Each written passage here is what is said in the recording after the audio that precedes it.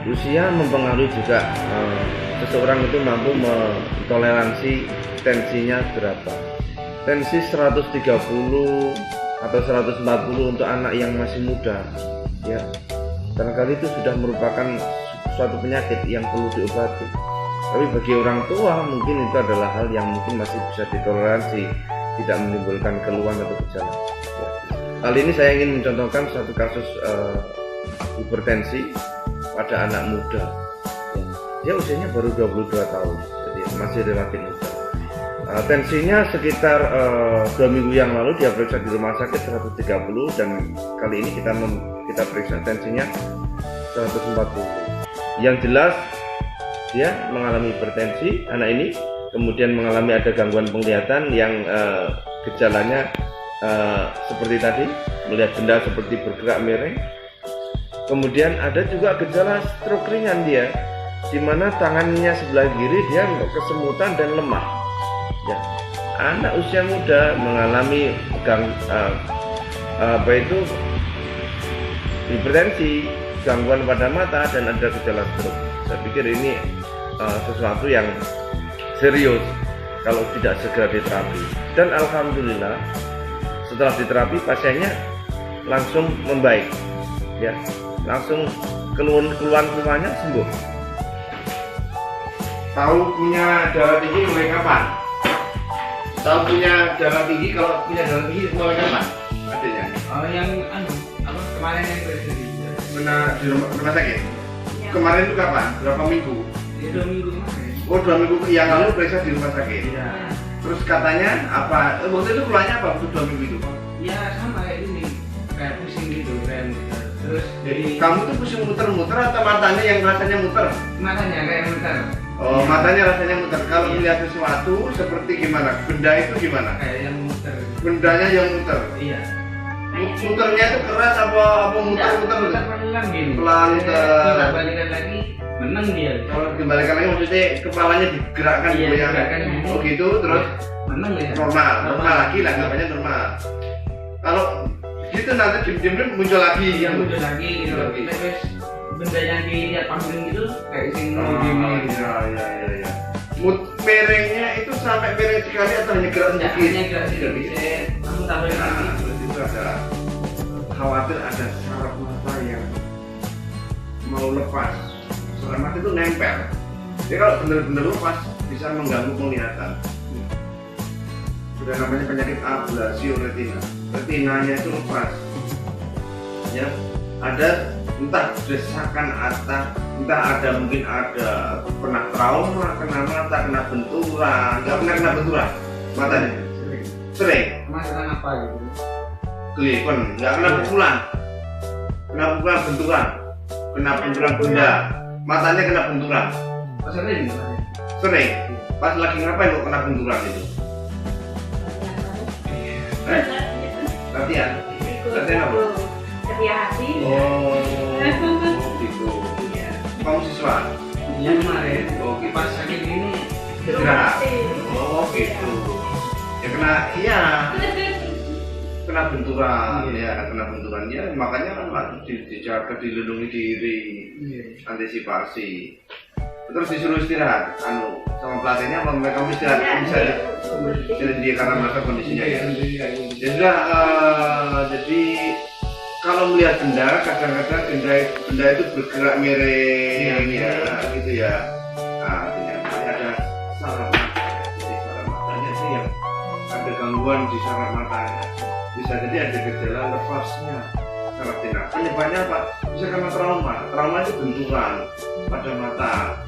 Ya, itu ya, benturan itu pada kandang mata di kepala, benturan di kepala, terjatuh apa kena pukulan, ya itu, ya dah. Terus ada darah tinggi, juga ada matanya tiba-tiba rasanya seperti gerak di pandangnya bergerak, apalagi selain itu. Ya, kesemutannya di mana? Di sini. Di setelah mata dan sini enggak? Sini enggak? Ini kaku toh. Itu kaku pak. Dan sini nggak ada keluhan apa-apa. Ya sama ini ada kaku. Kaku di sebelah sini kaku. Sama geringging. Di sini enggak geringging. Tidak ada geringging. Geringgingnya di mana? Telapaknya aja.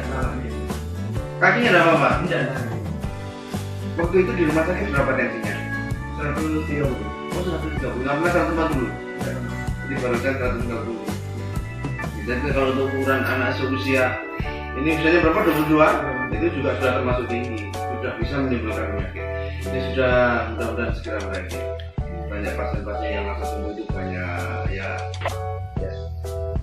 Kenapa hipertensi mempengaruhi terjadi gangguan pada mata? Jadi akibat faktor kolesterolnya yang meningkat ya, bahwa itu bisa terjadi penyempitan pada pembuluh darah di sekitar retina, sehingga retina tidak mendapatkan suplai darah dengan baik, sehingga lama-lama sel-sel saraf retina bisa mati, sehingga bisa menimbulkan gangguan penglihatan gitu. Atau juga faktor hipertensinya sendiri maka mempengaruhi pembuluh darah itu yang rawan, dia bisa pecah termasuk di pembuluh darah di retina, sehingga dia akan menimbulkan perdarahan di retina, sehingga gejalanya ya akan terjadi aliran darah berkurang di retina akibat perdarahan tadi, sehingga aliran darah yang tidak normal, sehingga sama saja retina tidak mendapatkan aliran darah dengan baik, maka terjadi gangguan aliran darah di retina sehingga gangguan penglihatan. Nah, jadi mirip-mirip pula juga penyebab dari ablasi retina. Ablasi retina itu dia lepasnya retina, sehingga retina itu terlepas dari tempat dia menempel, sehingga karena terlepas maka retina tidak mendapat aliran darah dengan baik, maka sel-sel saraf retina juga akan mati, gangguan penglihatan. Jadi yang terjadi pada pasien ini adalah kondisi yang demikian, dan alhamdulillah pasiennya membaik. Prinsip terapinya adalah dengan cara memperbaiki aliran darah di kepala, termasuk juga di mata, sehingga sel-sel saraf baik yang di otak maupun yang di retina sendiri mendapatkan aliran darah dengan baik, ya, dengan cara membuang darah kotornya, menyedot darah kotornya, ya, maka terjadi aliran darah lebih baik dan pasien itu keluhannya langsung sembuh.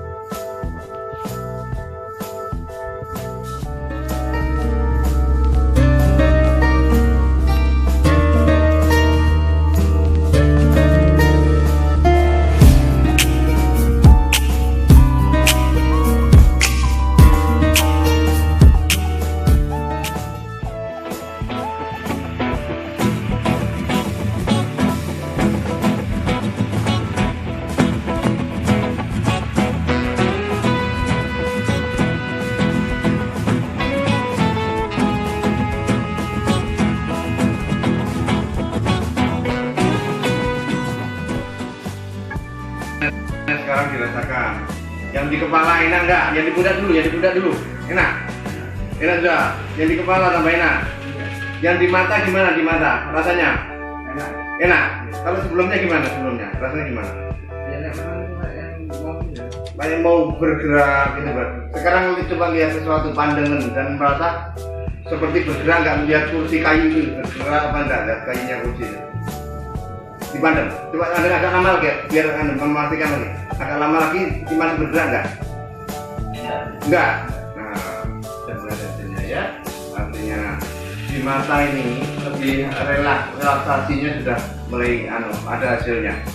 Sekarang yang di tangan rasanya gimana? Enteng. Sebelumnya gimana? Paku gini ya. Nah, terus ada lagi tadi katanya kesembutan tadi gimana? Enak ya, terus lebih ringan, kesemutan sudah hilang. Cuman pesan saya dijaga kondisinya ya, jangan sampai ada benturan-benturan kepala. Terus kemudian melihat jangan terlalu terang, ya, jangan terlalu redup, relax, cahayanya harus cukup. Lihat TV jangan terlalu dekat, jangan terlalu jauh, jaraknya normal, ya, tuh ya. Terus kemudian coba melek bunyi-bunyi ya, tidur cukup ya, harus tidur yang cukup ya. Gak boleh minum kopi ya, gak boleh kurangi santan-santan juga. Durian, seruan gak boleh ya, seruan tidur pulau. Jadi itu ya Mas ya, alhamdulillah ya. Dan nanti sembuh lagi diulang lagi. Jadi pada orang dengan hipertensi, gangguan pada mata ataupun stroke, prinsip terapinya adalah dengan cara memperbaiki aliran darah dengan cara membuang darah kotor atau menyedot darah kotor, maka pasien akan bisa saja langsung sembuh. Ya, dibuktikan dari video yang kita tayangkan tadi. Demikian, salam dari saya, Dwi Ismail Jember, Klinik Cempaka Medistra.